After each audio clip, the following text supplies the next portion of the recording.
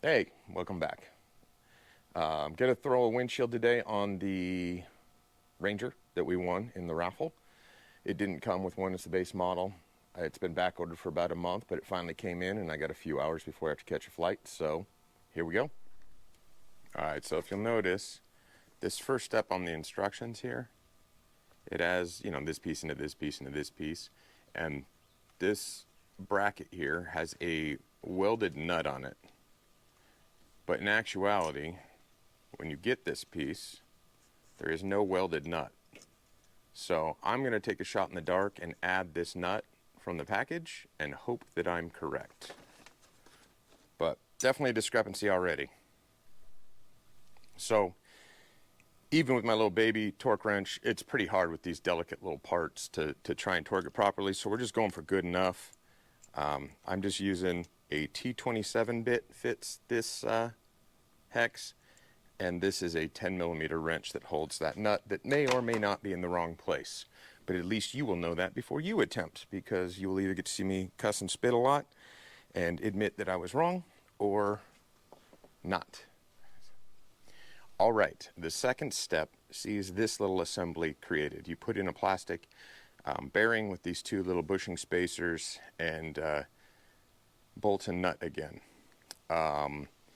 The only thing to note on this is same T27, same 10mm, but if I hadn't been lucky on the first step, I could have swapped this this little bolt for this little bolt, which is slightly longer.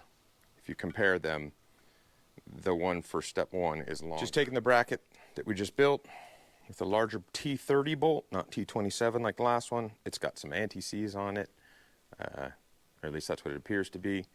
Sandwich it with a nut on top, tighten it down to 26.5 inch-pounds of torque. The next step calls these shock brackets and says they need to be installed on the side of the windshield using a couple of nuts, and then installing a little ball that I assume is going to be a catch. Well, I guess I could do it at an angle you could see. It actually looks like it goes this way. So I'm going to mock that up and see if I can figure out which screws it is.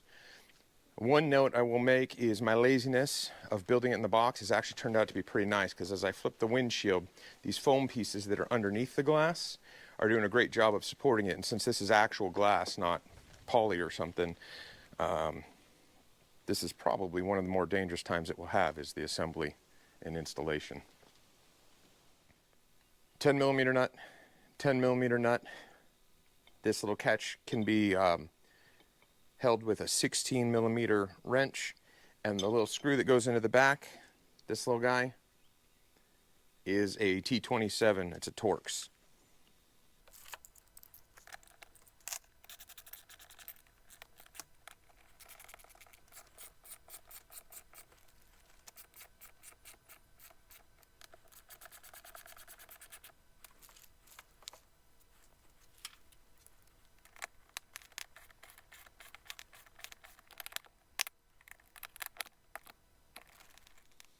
All right, I got one more discrepancy here.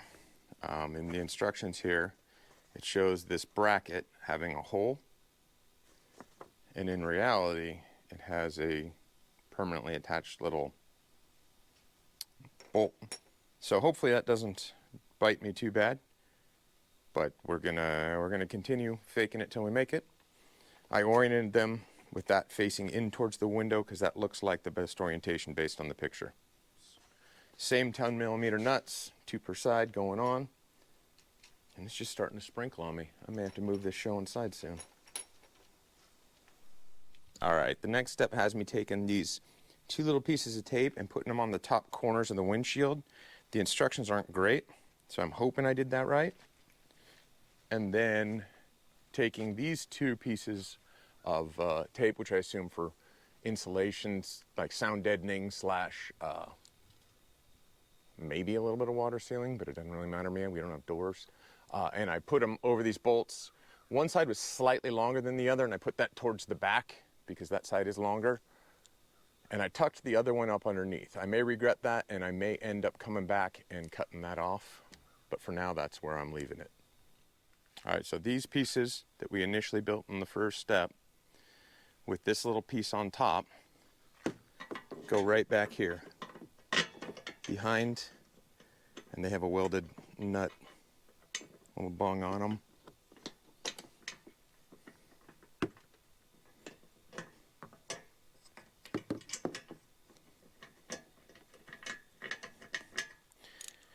And for consistently, these are 13 millimeter nuts. I don't know why engineers design things with so many different sizes. I guess they're not nuts, they're bolts.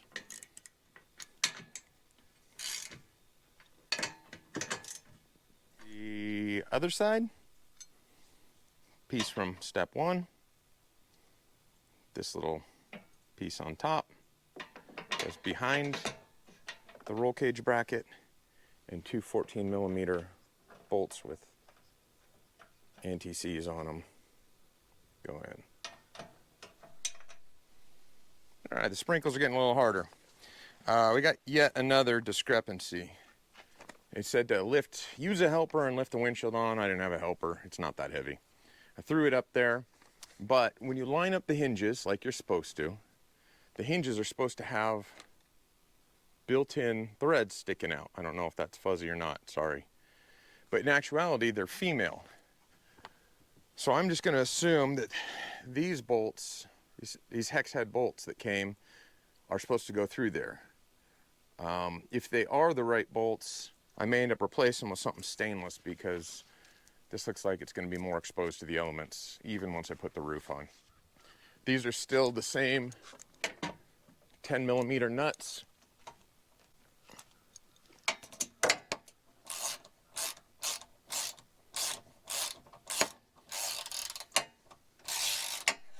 These plastic brackets and these weird looking threaded nuts, feeding the nut into the side of the bracket and then putting it onto the threaded piece on the windshield.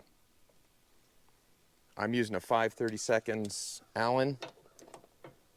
It's probably metric, but this is what fit when I first grabbed, so this is what I'm using.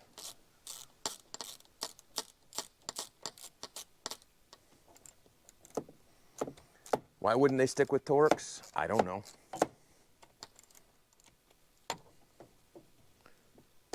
Ooh, look at that. Snap. All right, I'm gonna do the other side. Are just caps. I know it's hard to see with my big fat hand in the way, but they're just caps that pop in there and cover some of the hardware so it looks a little nicer.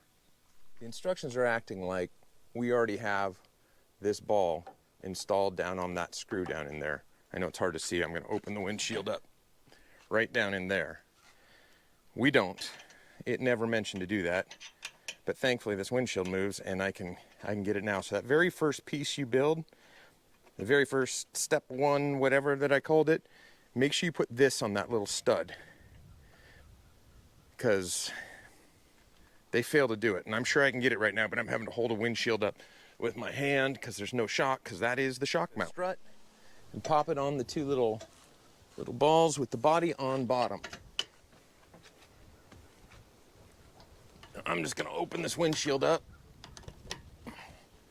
do it that way. Give us a little more rain coverage too, because it's starting to really sprinkle.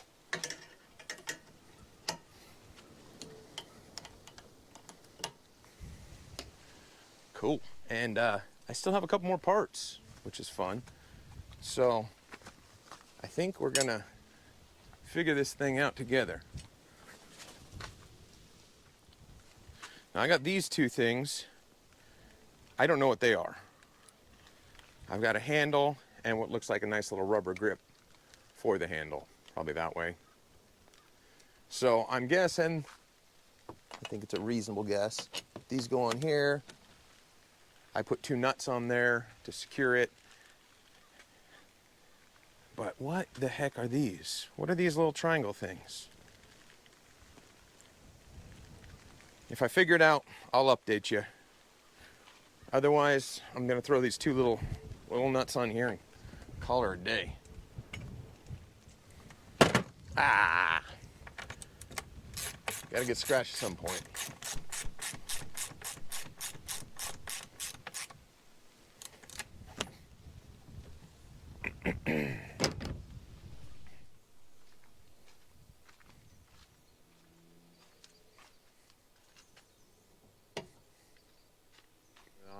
I found these little guys on the parts list, even though they're not specifically listed in any of the steps, and they're hinge clamp fillers. They look like they slide onto something with this hollowed outside that I doubt really shows up well, but they're rounded to go around like what looks like the post that goes through them. I genuinely have no idea how they would go on, so they're probably not going to make it on.